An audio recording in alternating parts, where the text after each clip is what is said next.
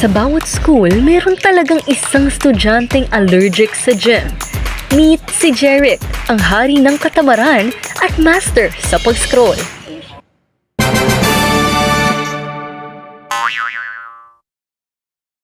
Jerry, gumalaw ka naman.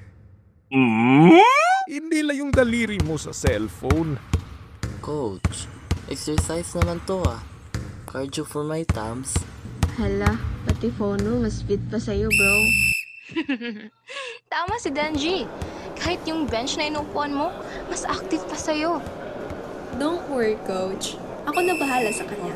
Kahit isang stretch lang today. Good luck, sunshine. Challenge yan. At doon nagsimula ang lahat. Isang tamad, isang motivator at isang journey ng pagbabago. Okay, team. Let's start with 10 squats. Ready? 1, 2, 3. Parang mamamatay na yung legs ko. Hindi yan death, bro. Progress yan. Kaya mo yan, Jerry. Konting tiis lang. Laban lang. Tama! Every rep counts, diba?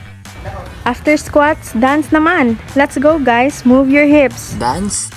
Hinga muna please. Baka gutom lang yan. O banana o. Pampa-energy yan. Kung kaya ko mag-try, kaya mo rin. Promise. At kahit puro reklamo, hindi siya umalis. Minsan, yun lang talaga ang unang hakbang, ang hindi sumuko.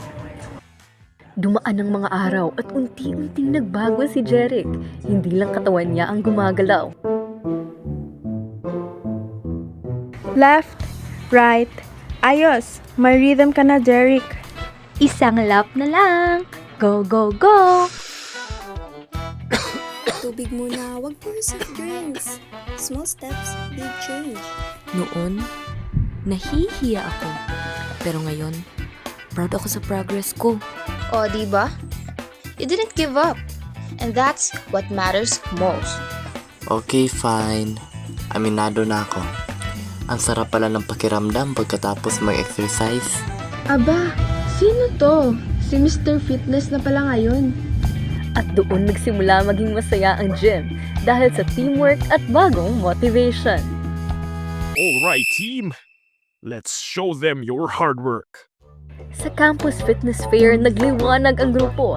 Si Jeric na dating laging nakaupo, ngayon ay confident at energetic. Go, Jerry! Kita mo? Ganyan ang progress. Mas magaling ka pa kesa sa dance moves ko ah. That's what consistency looks like. Told ya, hard work always pays off. Healthy body, healthy mind. Keep it up, guys. Ang saya. Parang celebration ng teamwork natin to. Quick, picture tayo. Bago bumalik si Jeric sa pagiging tamad. Sorry bro, retired na si Mr. Lazy. Pagkatapos ng fair, umupo silang lahat sa bleachers. Pagod, pero masaya. Grabe, di ko akalain na magugustuhan ko to. I feel stronger, happier.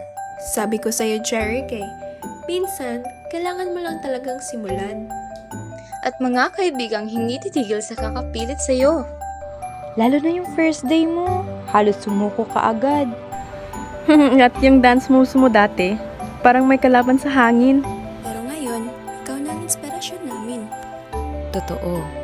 Ang maliit na step, pwedeng maging malaking pagbabago. Good job, everyone. Remember, health isn't just about muscles.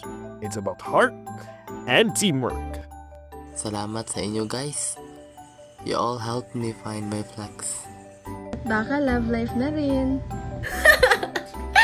Pwede, pero ang tunay na love is love for yourself, for your health, at sa mga taong nagtutulak sa'yo para maging better.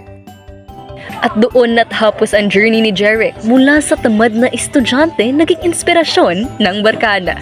Minsan, hindi mo kailangan maging pinakamalakas.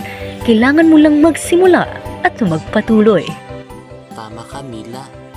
Kasi minsan, love at first sight daw. Pero sa akin, love at first flex. O siya, magpahinga na. Pero bukas, Jogging tayo ng 6 a.m. 6 a.m.? Coach, pwede bang love at first sleep muna? Ito ang Love at First Flex, isang kwento ng pagbabago, disiplina at pagkakaibigan. Dahil sa dulo, ang tunay na lakas ay galing sa puso.